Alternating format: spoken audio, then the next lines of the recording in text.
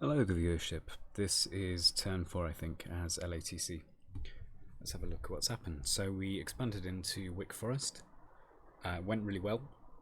Our expansion keeps going really well, which is great. Our prophet got Battle Fright, which is fortunately the least important possible affliction you could have got, because his morale is pretty good.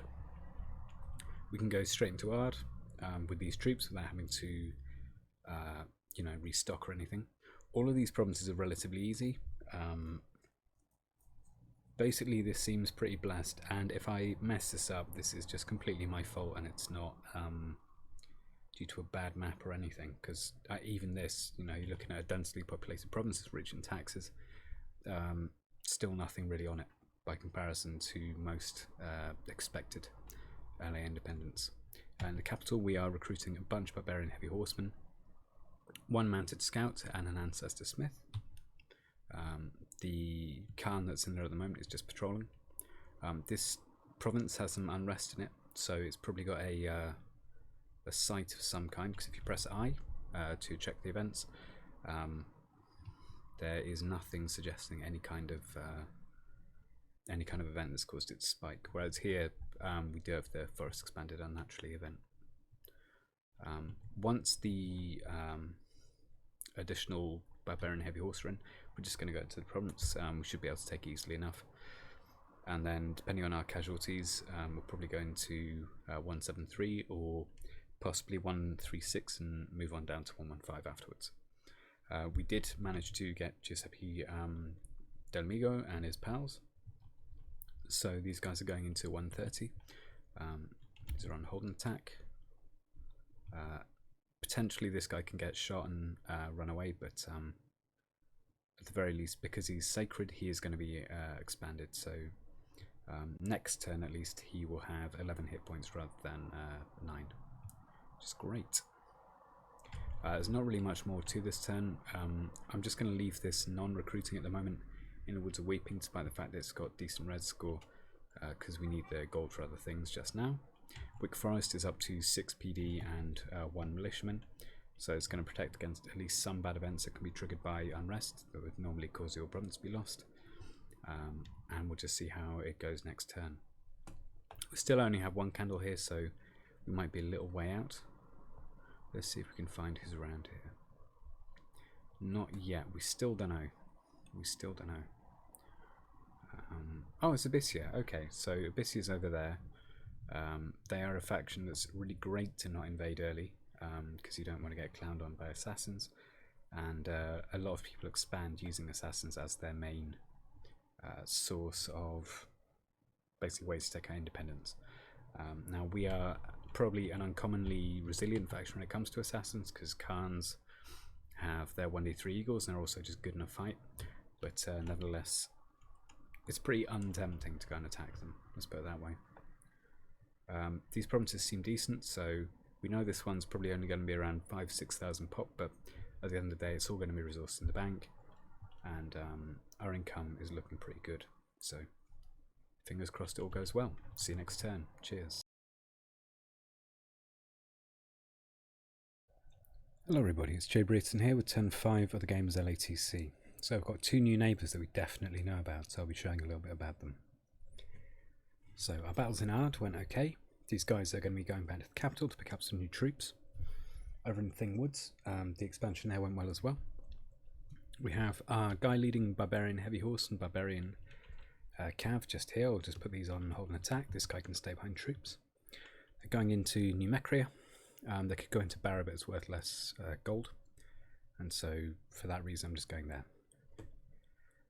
The pikemen are going to go into 136 because it isn't accessible to the enemy pretender in 104 basically. These guys are all fucked up, so like this guy has lost both of his arms and so on, so some of these might die on the way back. In fact, I'll sorry mate, I'll leave them there so this guy doesn't die, but he can still prevent events, and we can pick up the troops here. So I'm recruiting some ancestor vessels.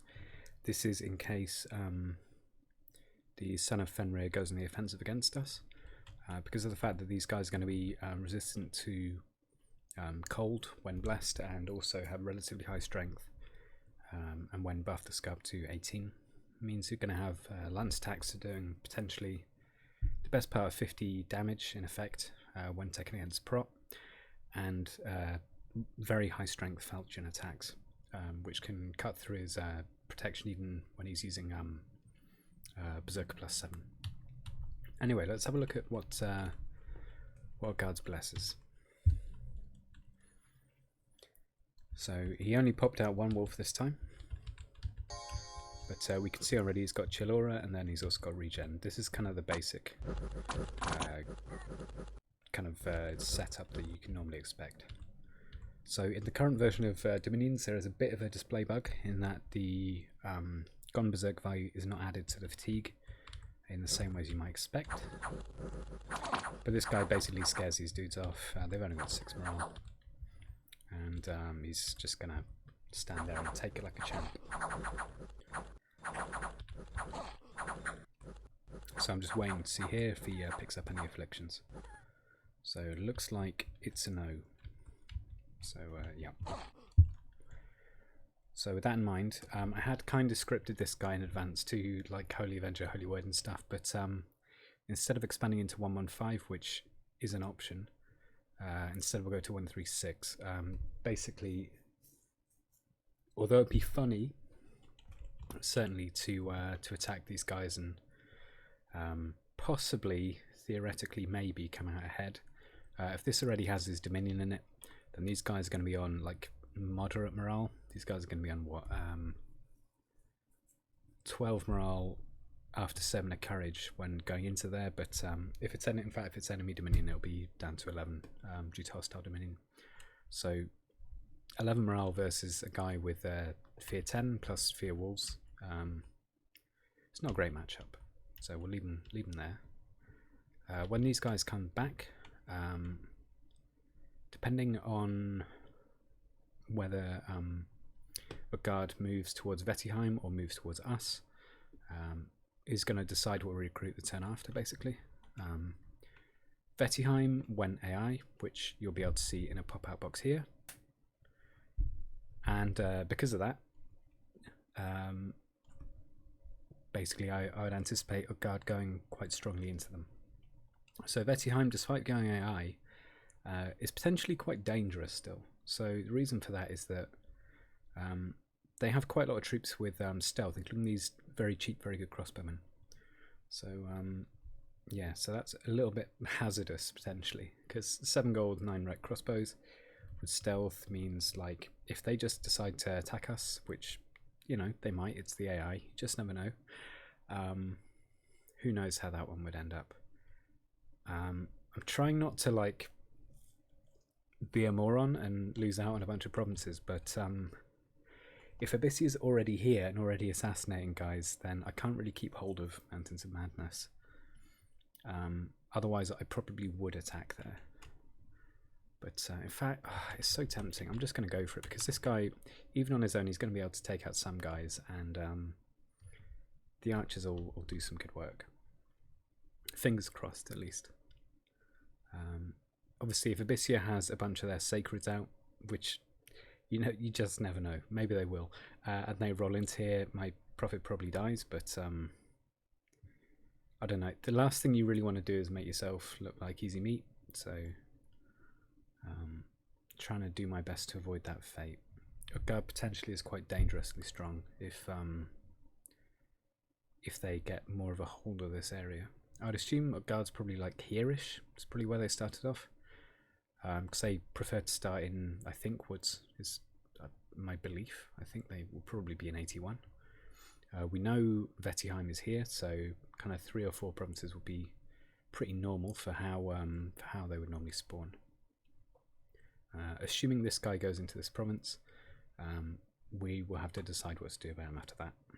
Hidden Realm is potentially Cynos, which would be great. I love Cynocephalians. Could also be Bat Tribe. We'll just have to find out. Utgard and Vettiheim are both alongside that whole line in JBBM, slightly changed.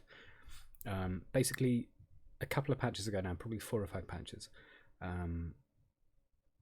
the whole Niflheim line was changed to have shock res on its giants, which is a complete disaster. So